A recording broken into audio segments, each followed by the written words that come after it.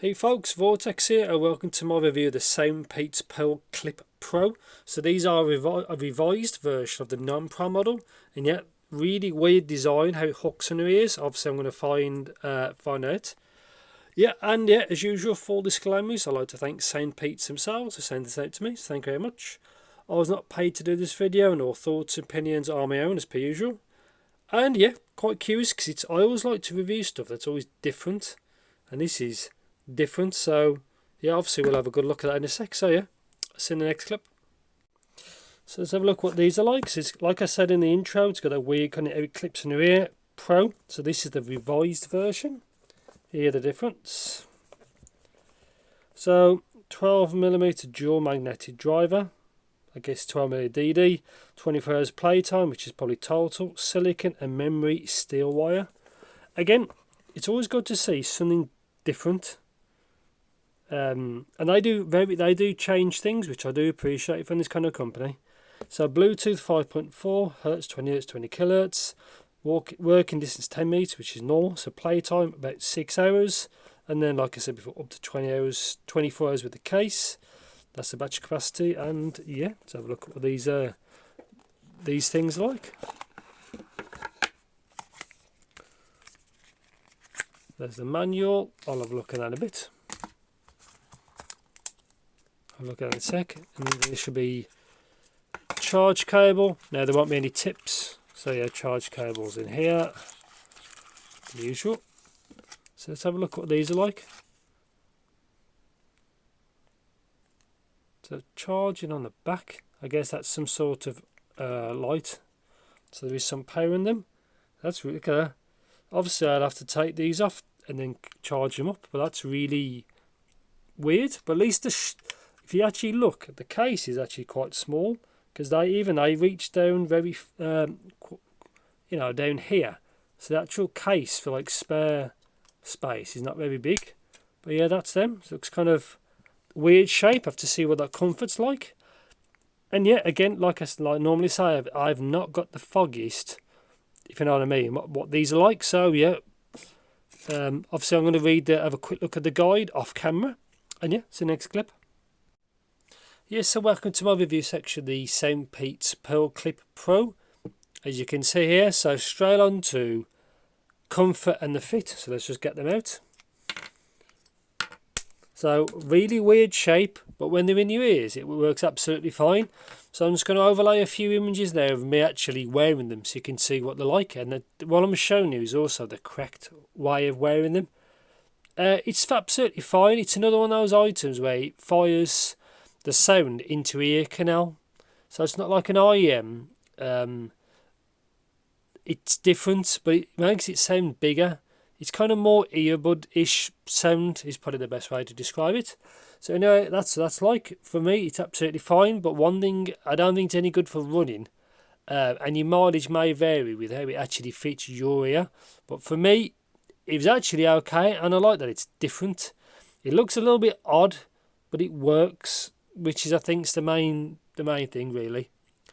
And yeah, and these are also, I think, IPX5 waterproof or water resistant, which is enough really. Yeah, so price before I get to this is, so as of today, because today is the 22nd of January 2025, you can get these for $36 with the coupon code, which is definitely, I think, worth that before I even get to the conclusion. I think after the 20th of February, they go up to the full price, which is $59.99, as in $60. So it's a little bit less competitive, I think, at that price. But for $36, like now, when this video is live, it's not a bad deal. But anyway, I'll put all the links in the description so you can see all the nitty gritty.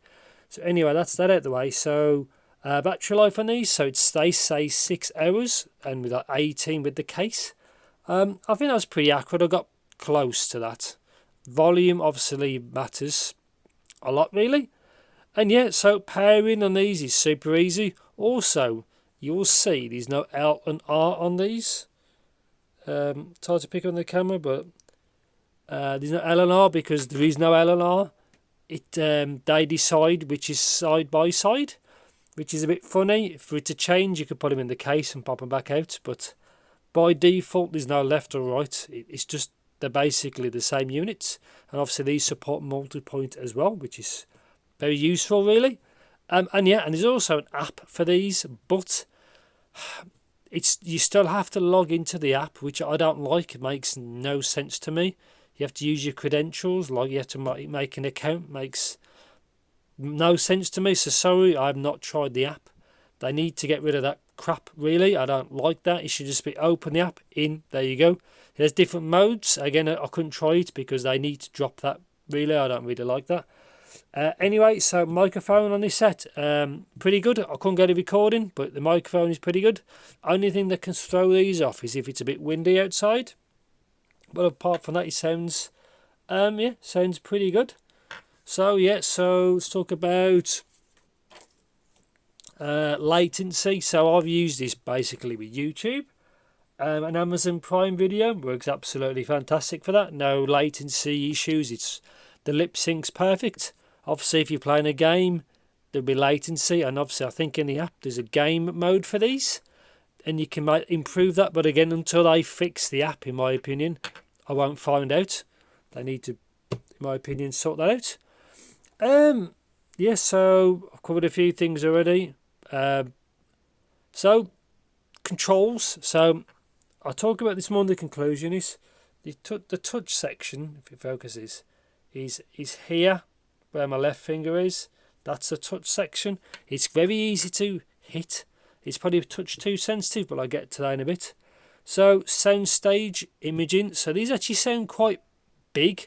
There's definitely sound bigger than IEMs because the sound comes through that on the left side. So these, see there, so the sound actually comes through that. Obviously it picks up all the grease and everything as it would do, but yeah, the sound comes through there. And the stage actually seems big. IEMs can't compete with something like this.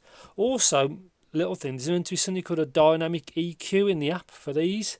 It's meant to make them sound really good, but unfortunately, again, like I said, they need to get rid of that login rubbish, so you can just open the app straight in and play around with the settings and do what you need to do. But yeah, stage and the imaging is actually good. Again, better than I expected. So overall, some kind of sound quality, because it's obviously I can't graph anything like this. It does sound quite like warm overall. I wouldn't say them a bright earphone. They sound quite fun to listen to. They're not analytical or nothing like that. Kind of warmer, bassier kind of setup for me, which I don't mind at all. That's also a good thing is when you're out and about. All the noises you hear in the background is that the probably won't sound as bassy in actual reality, and they don't. So they're only bassy if you're in a really, really, really quiet room. But yeah, and vocals and sounds pretty good. There's enough kind of treble detail to you enjoy your music, but they're not a fatiguing set or nothing like that. Nothing like that at all. But yeah, they're not bad. I enjoyed my time with these, and I like them a bit different. Now, I know probably a lot of folks might not even see a video like this because it's not a pair of headphones or it's not an IEM. It's, as you can see, something completely different. But it's always good to see something different. Just a weird shape, really. So, and you can see there's a bit of texture in there for grip. So in conclusion, what do I think of these? I like these. They sound better than I expected. As you say, for the current price of $36, because that's the prices they told me, I'm quite happy with them really. $60 is a little bit harder to agree with. Sound wise, they're fine, and also these are for people who want full, the awareness of your surroundings. Obviously, bone conduction is always going to be the best for something like that, but I like them. Now the things I don't like is how you actually wear them. So to put them in your ear, it's a bit. If you're used to IEMs and headphones, it takes 2 seconds to fit them. This is more of a challenge. You have to get used to it. Obviously, you always got to make sure that's the part that goes in your ear on the left side. It's also, every time I put them in, I'm always touching the volume button by accident, which is up here. Even when I think I'm not touching it, it seems to trigger a volume change, and you can hear it in the actual through the buds when you do it. But anyway, that's the only annoying thing. Practice should hopefully solve that. But yeah, I like them, a bit different. Smooth overall tuning, multi-point connectivity, 6 hours ish up to battery life per time, which is enough really. Mic's pretty good, apart from, you know, wind if you're outside using them. Yeah, I think that's pretty much it. I don't think I missed anything. If you think I have missed anything, I apologise. Please do let me know in the comments and I'll try and answer the question. Thanks for watching. Take care. See you in the next video.